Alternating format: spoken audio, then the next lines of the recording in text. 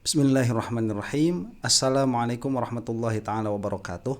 Alhamdulillahi rabbil alamin. Wa sallallahu ala sayyidina Muhammadin wa ala alihi wa sahbihi wasallam. Amma ba'du. Orang-orang sekarang itu sepertinya mudah sekali ya melaporkan perkara kepada polisi tatkala mereka itu merasa bahwa kepolisian itu ada di pihak mereka. Yang saya maksud di sini adalah termul. Ya, ini akhirnya kan menjadi prosedur yang baku di dalam menyelesaikan persengketaan yang terjadi di ruang publik sebetulnya. Jadi tidak elok lah saya katakan beberapa kali begitu. Ruang demokrasi kita menjadi rusak. Dan yang akan kita bahas kali ini adalah laporan dari orang-orang yang mengaku sebagai aktivis Muhammadiyah dan NU, bersatu mereka itu ya. Untuk melaporkan Panji karena acara mensrea kemarin. Nah ini kan masalahnya banyak tuh. Yang pertama kali mencuatkan permasalahan ini kan para termul yang membahas tentang wajah ngantuknya Gibran. Yang itu sudah saya bahas kemarin begitu. Karena memang permasalahannya bukan pada wajah ngantuknya kalau saya tangkap, tetapi dari lebih kepada kenapa lah kok begitu ya, kenapa kok Gibran itu ngantukan, itu yang jadi permasalahan. Dan saya katakan sekali lagi, yang namanya stand up comedy itu mereka mengkritik dengan komedi ya, pada akhirnya harus relate, harus ada punchline begitu ya, dan lain sebagainya. Itu adalah seninya mereka tuh. Nah yang lucu pemuda NU dan Muhammadiyah katanya begitu melaporkan Panji kepada Polda Metro Jaya. Yang mana lebih lucunya lagi, Polda Metro itu menanggapi. Padahal ya kita lihat beberapa kali itu kepolisian secara umum, saya tidak mengatakan Polda Metro dulu dalam hal ini karena saya tidak tahu Habib Rizik misalkan begitu, yaitu melaporkan kemana tatkala beliau itu melaporkan PWILS misalkan. Itu kan sampai terjadi pertumpahan darah, saya katakan demikian ya, di dalam permasalahan itu. Kemudian dilaporkan, mana ada tanggapannya? Tidak ada. Itu Habib Rizik yang mengatakan sudah puluhan kali sampai capek katanya memberikan laporan kepada kepolisian, entah Polda Metro atau bukan saya tidak tahu.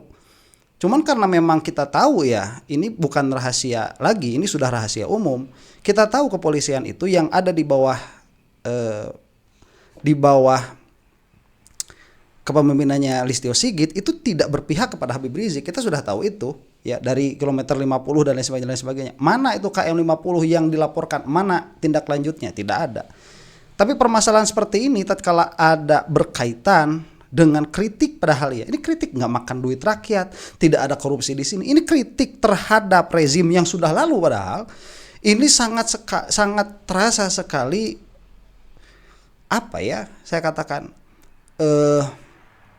represi yang dilakukan oleh aparatur negara terhadap orang-orang seperti Panji ini.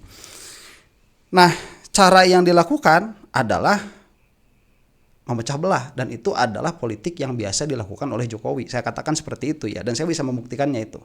Bagaimana Demokrat misalkan dicoba untuk di hostile takeover. Kalau Golkar saya tidak mau berkata ya, karena sampai sekarang sudah kelihatan tuh Bahlil di mana dan bagaimana kuatnya, padahal orang-orang sudah minta dia turun juga ya. Ini kan negara Republik Indonesia, bukan negara Republik orang Jokowi. Tapi tatkala Bahlil itu minta untuk diturunkan, gak diturunkan tuh. Ya memang suatu bukan keanehan sebetulnya. Keanehan di dalam negara yang dianggap normal, tapi ini bukan keanehan lagi tatkala terjadi di Indonesia begitu. Agak kesal juga saya. Nah, cuma sekarang kita akan fokus dulu ya kepada orang-orang yang mengaku sebagai aktivis NU dan Muhammadiyah, karena kebetulan saya ini di dua-duanya ya, di Muhammadiyah lama sekali, saya belasan tahun, kemudian di NU sampai sekarang ya, meskipun kultural dalam pengertian kalau dianggap dengan atau dibandingkan dengan NU yang struktural itu, saya lebih tahu tentang keilmuan Nahdlatul Ulama daripada mereka, mayoritas saya katakan demikian, dan saya mengakui saya bertanggung jawab atas perkataan ini. Nah, yang mau diberikan dulu begitu ya informasinya adalah seharusnya dicek dulu apakah benar mereka itu adalah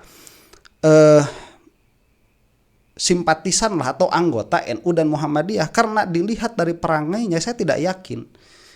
Maka dari itu mereka harus membuktikan, dan membuktikannya itu mudah sekali ya. Kalau Muhammadiyah itu cukup dengan meminta kartu anggota Muhammadiyah itu apa, sangat struktural sekali di Muhammadiyah itu. Mesti ada tuh kalau anggota Muhammadiyah, pasti ada, harus ada.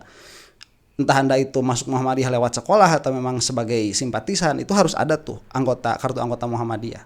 Atau tanyakan tentang HPT ya, Himpunan Putusan Tarjih itu, tanyakan. Masa ada anggota Muhammadiyah nggak tahu satupun hadis dari Himpunan Putusan Tarjih itu? Muhammadiyah itu kan nggak boleh taklid, harusnya ittiba, istilah mereka ya. Harusnya ittiba. Makanya kalau ittiba itu nggak cukup cuman dengerin kata orang, itu harus minimal hafal hadisnya. Saya tidak mengatakan itu adalah indikator yang benar untuk sebagai seorang mukmin yang baik ya, tetapi itulah kenyataannya di Muhammadiyah itu. Kalau di NU ya tanyakan tentang keaswajaan ya, Asy'ariyah Maturidiyah itu. Nah, harusnya itu. Cuman ya karena memang sampai sekarang yang mengaku NU dan Muhammadiyah ini itu adalah orang-orang yang tatkala berdiskusi belum berdiskusi dengan orang NU dan orang Muhammadiyah asli, jadi belum terlihat. Cuman sikap NU dan Muhammadiyahnya sudah keluar bahwa apa yang dikatakan Panji ini tidak perlu untuk dikriminalisasi, dan saya setuju begitu. Nggak perlu untuk dikriminalisasi, ngapain? Kecuali ini sudah menjadi alat politik, yang mana NU dan Muhammadiyahnya ya dalam kasus ini tidak menjadi alat politik, cuman nama NU dan Muhammadiyah itu dicatut. Jadi yang harus dipermasalahkan sekarang adalah orang-orang yang melaporkan Panji yang mencatut nama NU dan Muhammadiyah. Itulah kebiasaan politiknya Termul, saya katakan ya. Saya katakan ini kebiasaan politiknya Jokowi itu. Apa? Catut-catut nama orang, catut-catut nama organisasi. Ya, setelah sebelumnya itu ada ada sesuatu dulu di belakang jalan. Itu kan yang dikritisi oleh Panji begitu. Kenapa harus marah? Dan NU dan Muhammadiyah tidak marah. Ini orang-orang ini ngapain marah? Dan mereka harus membuktikan ke-NU dan ke-Muhammadiyahan mereka. Nah, kita akan saksikan sekarang ya bagaimana perbincangannya. Nih ada yang melapor sama salah satu komika nih. Kita akan saksikan saja. Komika Panji Pragiwaksono dilaporkan ke polisi karena penampilannya di mensrea dinilai menimbulkan fitnah, kemudian menyebabkan kegaduhan dan mencemarkan nama baik. Apakah pelaporan ini bisa mengurangi kebebasan berpendapat yang dikemas dalam bentuk kesenian seperti stand up komedi? Kita bahas petang ini bersama dengan sejumlah narasumber. Sudah bergabung bersama kami di Kompas Petang Rizky Abdul Rahman Wahid, pelapor Panji Pragiwaksono dan sekaligus aktivis muda NU, dan juga ada sineas dan komika Ari Kriting. Selamat petang, Ari Kriting ya. Mas Rizky, Kakak Ari dengan Maidop. Nah, Rizky ini katanya kalau tidak salah mengaku dari NU ini. Kalau ketemu sama saya ya, kalau saya yang jadi Ari Kritingnya ini, bukan dari Untung ya. Ini saya bakal nanya ke aswajaan. Tampang kayak gini dia nggak tahu. Ya, nggak tahu. Ayo kita buktikan ke NU-an dia, bukan NU. Selamat petang teman-teman semuanya. Assalamualaikum warahmatullahi wabarakatuh. Oke, waalaikumsalam. Saya mau ke Mas Rizky dulu sebagai pelapor. Materi apa yang kemudian pihak Anda jadikan bukti pelaporan soal Panji Pragiwaksono ke polisi? Ya, terima kasih atas waktunya. Saya kemarin sempat melaporkan saudara Panji karena memang kami atau saya sebagai aktivis muda Nahdlatul Ulama merasa bahwa dirugikan dengan statement beliau yang menyampaikan bahwa NU terlibat dalam politik praktik terus kemudian mendapatkan imbalan dalam bentuk tambang. Kira-kira itu yang kami laporkan ke pihak Polda Metro Jaya. Bentar Rizky ya, kalau kamu benar-benar NU, ayo ngobrol sama saya. Sejauh mana ke-NU-an kamu itu? Nggak bakalan NU dia tuh, nggak bakalan. NU itu ya kalau memalukan nih, kalau misalkan dia mengaku sebagai ketua angkatan muda NU nggak bisa baca kitab tuh, malu-maluin tuh. Ya kita ngobrol. Saya sedari awal juga mengatakan NU sudah masuk politik praktis. Terus apa masalahnya? Ya nggak ada masalahnya karena memang saya tidak seterkenal Panji. Cuman kan inti permasalahannya sama di situ. Dan ini adalah wilayah diskusi, bukan wilayah lapor melaporkan. Ya jangan jangan kebegoan kalau jadi orang itu. Apanya? Materi yang bagian mana, Mas Rizky? Bahwa jelas dia menyampaikan, Panji, sahabat saudara Panji menyampaikan bahwa politik balas budi yang diberikan oleh NU dan Muhammadiyah dalam bentuk tambang. Nah, itu tentu sangat mencederai buat kita semua bahwa itu tidak terbukti secara fakta ketika NU dalam hal ini mendapatkan tambang atas jasa daripada ikut terlibat dalam politik praktis itu tadi atau pemilu sebelumnya. Nih Rizky ya, kamu jangan sebodoh Termul. Kalau kata Pak Bahaudin itu tahu hujan kalau udah ada tetesannya begitu ya. Mendung itu sudah dalalah kepada adanya hujan. Kamu kalau NU itu kamu ngaji mantik, ya ada dalalah di situ, ada dalalah, ada iltizam. Itu ada kelaziman. Masa kamu mau bukti apa kalau misalkan ada transaksi politik di sebelakang tambang itu? Mau bukti apa kamu? Hah? Mau bukti kwitansi begitu yang mengatakan bahwa ini adalah balas budi politik terhadap NU dan Muhammadiyah. Itu ditemukan dulu baru ini ada buktinya. Mau begitu? Ya gak bakalan ada. Ya pakai analisa dong, pakai otak. Sebel ya ada orang NU sebodoh ini. Jadi Anda merasa ini bagian yang Anda rasa merugikan begitu? Oh iya jelas, karena tidak hanya itu, sebenarnya NU ini sendiri kan kalau kita lihat track recordnya, saya belajar juga sebagai santri ya, walaupun santri jalanan, kan? sebagai warga Nahdien. Alah santri, udah kamu bukan warga NU, sudah itu. Kamu tidak bisa mewakili suara NU ya, santri jalanan. Apaan kamu itu? NU telah banyak berkontribusi terhadap negara ini jauh sebelum adanya kemerdekaan. Telah memberikan kontribusi yang banyak dari sisi pondok pesantren, kemudian masjid dan edukasi tentang agama di Republik ini, bahkan melakukan perlawanan terhadap penjajahan. Lalu terus kemudian sekarang di zaman sekarang ini didiskreditkan karena ketika ikut kontes dianalogikan sama Panji menyampaikan bahwa NU terlibat dalam partisipasi terus kemudian mendapatkan tambang. Nah ini tentu mengecilkan saya sebagai warga Nahdien gitu. Mengecilkan saya sebagai warga Nahdien, kamu nyantri di mana? Bego.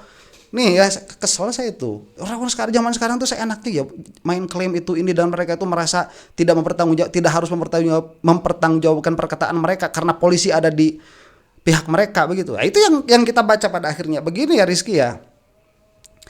Yang merusak NU sekarang itu orang NU sendiri. Siapa tuh? Ya itu tuh ketuanya sekarang tuh, Yahya Stakuf tuh.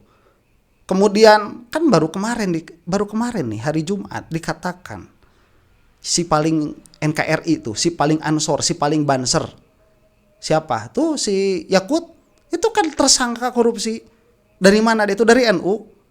Ya, kita kan nggak anti kritik karena memang kenyataannya seperti itu. Perjuangan orang tua kita dulu itu kita hargai dan kita hormati, bukan dengan cara tatkala ada penyimpangan di dalam tubuh organisasi itu kemudian dibiarkan. Tidak seperti itu caranya. Ini gimana sih? Ya itu kritikan dan itu bukan hanya kritikan dari Panji seorang itu di belakangnya ada kritikan para ulama juga. Jadi Panji ini ya dalam hal ini saya rasa itu harus banyak dilindungi ya, baik oleh jadi apa ya? Bukan saatnya para kiai itu diem sekarang itu, bukan saatnya para santri juga diem. Ini ada orang-orang kayak gini ngaku-ngaku sebagai perwakilan ketua apaan dari NU itu. Ya, malu-maluin kan, menjijikan. Oke, saya mau kasih kesempatan Kakak Ari Kriting untuk menanggapi. Apa pertanyaannya? Oke, tadi kan yang dilaporkan adalah soal konten dari Mensrea, stand up comedy Mensrea yang disampaikan oleh Panji Pragiwaksono tidak sesuai begitu dan kemudian dilaporkan ke polisi. Anda sebagai komika melihatnya seperti apa? Ya kalau saya sih lihat yang melaporkan juga ya sah-sah saja ya kalau misalnya mau melakukan hal seperti itu. Tapi kan kebetulan waktu itu saya memang nonton langsung ya pertunjukan Mensrea itu dan sebenarnya apapun yang disampaikan Panji itu kan memang sudah melalui sebuah proses berpikir ya yang seksama gitu. Sehingga sebenarnya kalau menonton pertunjukan lengkapnya, Bang Panji itu sudah menyampaikan bagaimana Mensrea dalam bahasa hukum itu bekerja. Sehingga kalau teman-teman tadi yang melaporkan, silakan disimak dulu baik-baik deh sebelum melaporkan gitu, jangan sampai malah setelah dilaporkan jadi bingung sendiri mensreanya yang mana karena Bang Panji di pertunjukannya itu justru bicara hal seperti itu. Jadi kalau misalnya ada statementnya Bang Panji yang ibaratnya dikatakan tidak sesuai sama fakta, di pertunjukannya sendiri itu sudah disampaikan sama Bang Panji bahwa segala sesuatu yang dia sampaikan dalam pertunjukannya itu adalah menurut keyakinannya dia dan petunjuk dari beberapa pengamat hukum. Hal seperti itu memang tidak bisa diproses hukum karena kita tidak bisa memproses keyakinan seseorang. Jadi untuk saya sih melihat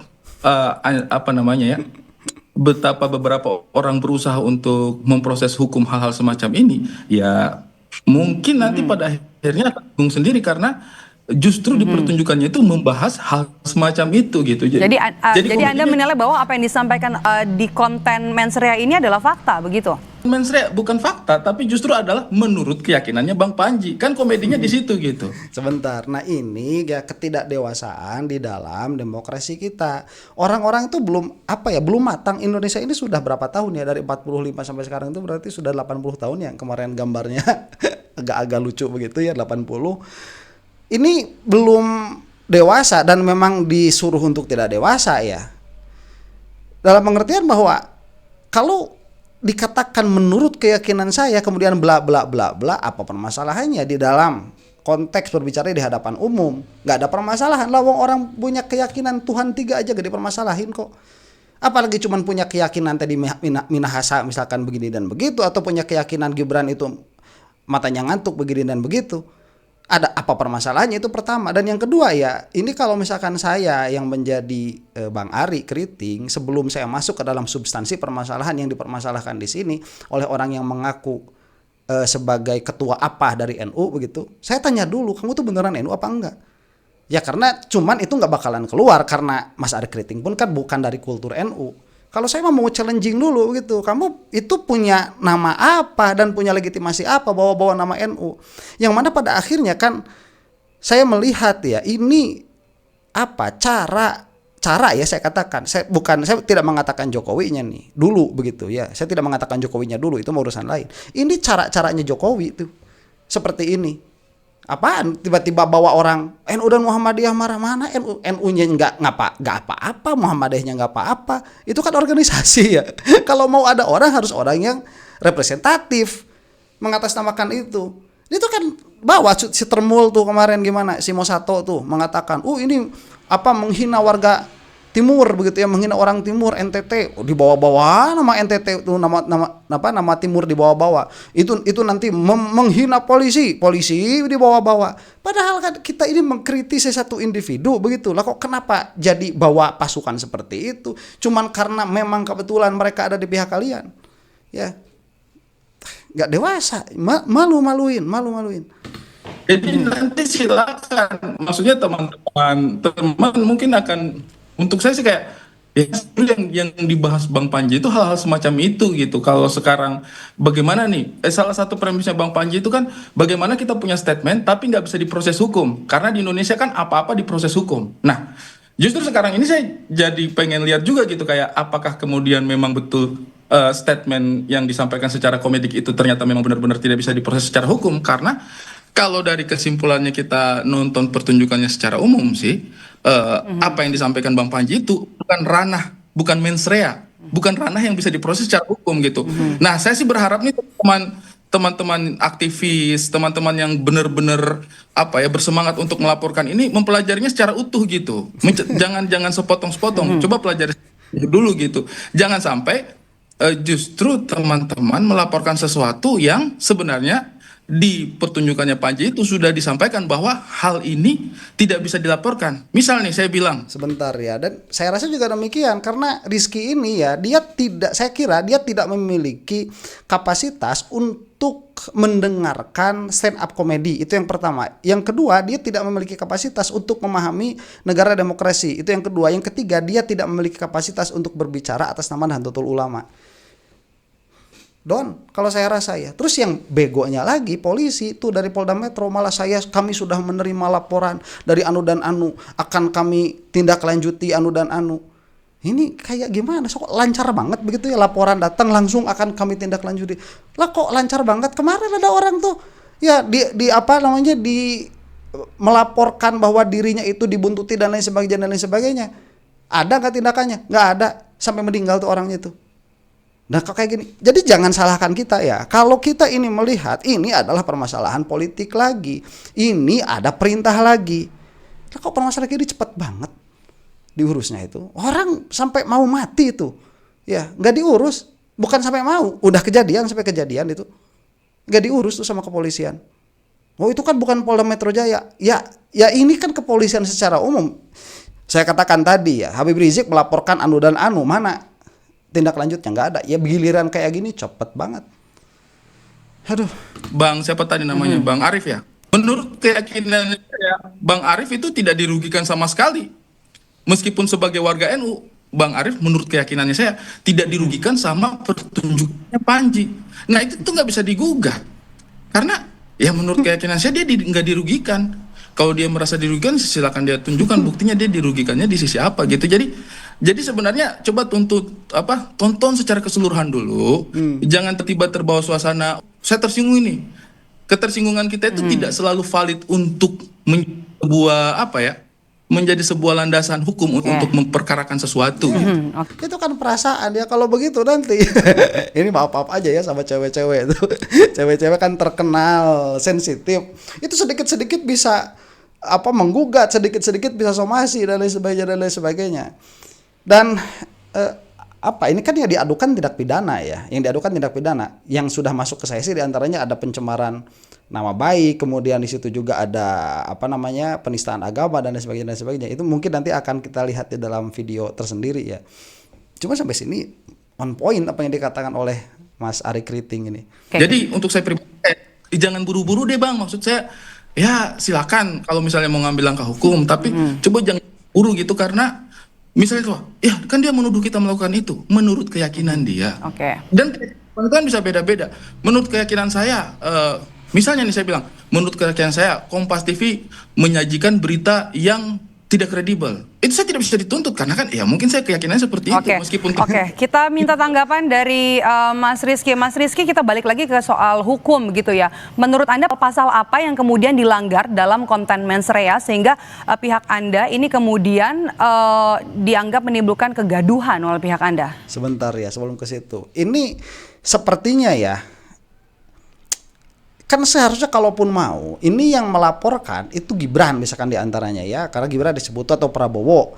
Cuman kan kalau mereka yang melaporkan itu seolah akan merusak citra mereka sendiri. Dan pada akhirnya, menurut keyakinan saya, pada akhirnya itu harus ada orang-orang yang pasar badan buat mereka. Dan inilah yang menjadi kritikan dari para pengamat politik di Indonesia atas para termul.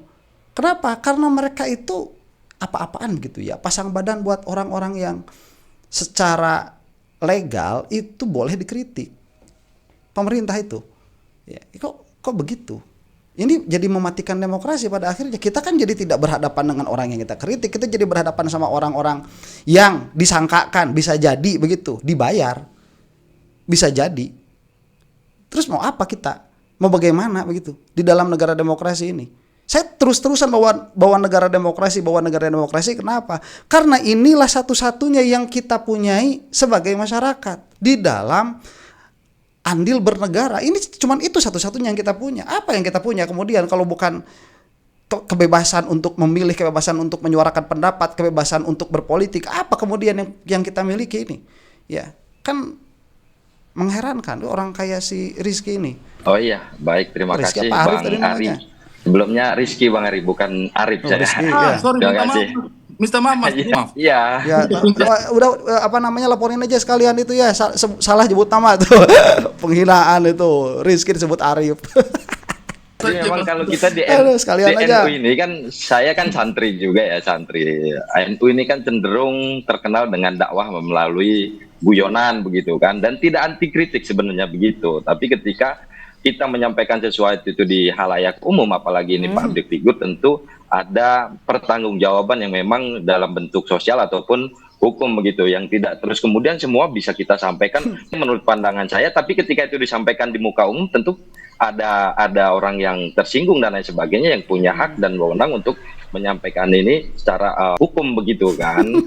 Nah lalu nih ya, kalau bego jangan kebangetan. Santri itu gak bakalan ngomong saya ini kan sebagai santri, enggak, kamu buktiin aja kamu itu santri, selesai begitu ya. Itu yang pertama. Kemudian yang kedua, oh ini kan guyonan-guyonan biasa. Begini ya, kita ini santri NU itu ngaji fikih ya, ngaji fikih. Fikih itu kita ngaji muamalah. Di situ kita tahu betul bahwa yang namanya kebebasan orang lain itu tidak boleh dicederai. Makanya coba ya, kamu itu lihat kapan santri Nahdlatul Ulama atau kiai Nahdlatul Ulama itu mensomasi orang, kapan?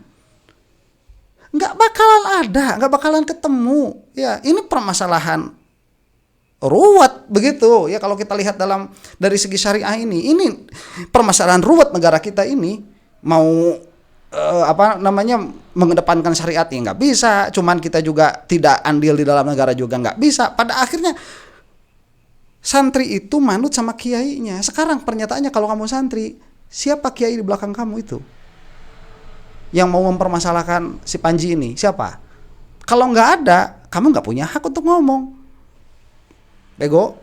Kemudian apa yang saya laporkan di sini ya terkait tentang pasal 300 dan 301 begitu, tentang ketersinggungan tentang kelompok, bahwa di sini dengan terlapor atas nama Panji Pragiwaksono, orang kejadian pelapor penanggung jawab potongan video kami Panji Pragiwaksono, mensreya diselenggarakan di Indonesia Gelora Bung Karno, Jakarta Indonesia Arena, menyampaikan pernyataan yang menyebutkan Nahdlatul Ulama, NU dan Muhammadiyah seolah-olah ikut serta dalam praktek politik balas budi sehingga memperoleh pengelolaan tambang. Nah, ini statementnya sangat jelas sekali, Bang Ari Kriting, begitu. Sangat jelas, dia menyebutkan NU dan Muhammadiyah terlibat dalam politik praktis lalu kemudian mendapatkan pengelolaan tambang. Nah, ini kan tidak disertakan dengan bukti yang konkret oleh Panji, maka kami menuduh bahwa ini sebagai arah, kami bisa mengindikasikan ini arah Panji untuk ke arah ke lebih cenderungnya ke fitnah ya. Itu kan cenderung ke fitnah nih Rizky. Itu sudah menjadi kritikan dari Nahdlatul Ulama sendiri kepada NU struktural. Itu sudah dari lama. Kamu itu apa nggak update apa gimana? Kalau kamu benar-benar NU ya udah, saya menantang aja kalau dia. Nih kalau enggak ya, kalau dia tidak terbukti Nahdlatul Ulama, dia itu sudah mencatut nama Nahdlatul Ulama dan dia itu sudah menipu orang dengan mengaku sebagai NU. Mau apa? Apa nggak punya hak ngomong? Sangat mudah sekali begitu ya. Kita untuk jadi begini ya. Misalkan nih Panji kemarin nih ngobrol tentang Jawa Barat ya. Jawa Barat itu kalau memilih kan sukanya artis tuh. Ya, ini artis, itu artisnya jadi pejabat. Sampai Deddy Mulyadi pun artis YouTube kan. Ada begitu tuh. Terus saya nih sebagai orang Sunda saya tersinggung. Kemudian saya langsung melaporkan kepada kepolisian bahwa Panji itu sudah begini dan begitu dengan bawa-bawa nama Sunda. Pertanyaannya sekarang seperti ini. Apakah saya ini mewakili seluruh seluruh suara orang Sunda? Kan nggak bisa demikian. Nggak bisa demikian. Ini ketersinggungan apa? Kan tidak bisa hanya segelintir satu orang, dua orang tanpa membuktikan begitu. Kalau seperti itu, aduh ya. Kita ini mau ngomong apa begitu? Kalau demikian mau ngomong apa? Kan si Rizky ini ya, dari dugaan saya itu berani untuk melaporkan karena sudah ada prakondisi secara psikologis atau secara sosial ya, secara psikologis atau secara sosial, bahwa perkara yang seperti ini akan mudah sekali masuk. Dan apa yang menjadi motif dia itu untuk melaporkan Panji kepada kepolisian yang tadi dikatakan sama Ari Kriting ini? Nggak ada tuh dirugikannya orang ini. Apa orang ini dirugikannya? Ketersinggungan. Nggak bisa ketersinggungan itu dijadikan sebagai sebuah sebagai sebuah patokan bahwa seseorang itu sudah melakukan tindak pidana. Ini kacau ini. Ini gimana saya mengatakannya? Ini adalah suatu upaya untuk mematikan kritik di ruang publik dengan segala kelebihan orang yang mengkritik itu. Yang mana kalau kita lihat dari acara mensreya itu, saya belum melihat keseluruhannya memang, tetapi dari beberapa jokes yang dikeluarkan oleh Panji itu sangat relatable. Itu relate dengan yang dirasakan oleh para penonton. Dan itulah gunanya ruang publik ya. Tatkala kita memiliki keinginan pemerintah yang ideal tapi kenyataannya tidak ideal, minimalnya kita itu bisa menyuarakan hal itu. Itu minimalnya. Lah kok malah dilaporin sebagai sebuah tindak pidana, yang aneh-aneh juga tuh laporannya itu. Demikian ya, mudah-mudahan kita semua ada dalam maghfirah Allah Subhanahu wa taala. Wallahu taala alam bisawab. Assalamualaikum warahmatullahi taala wabarakatuh.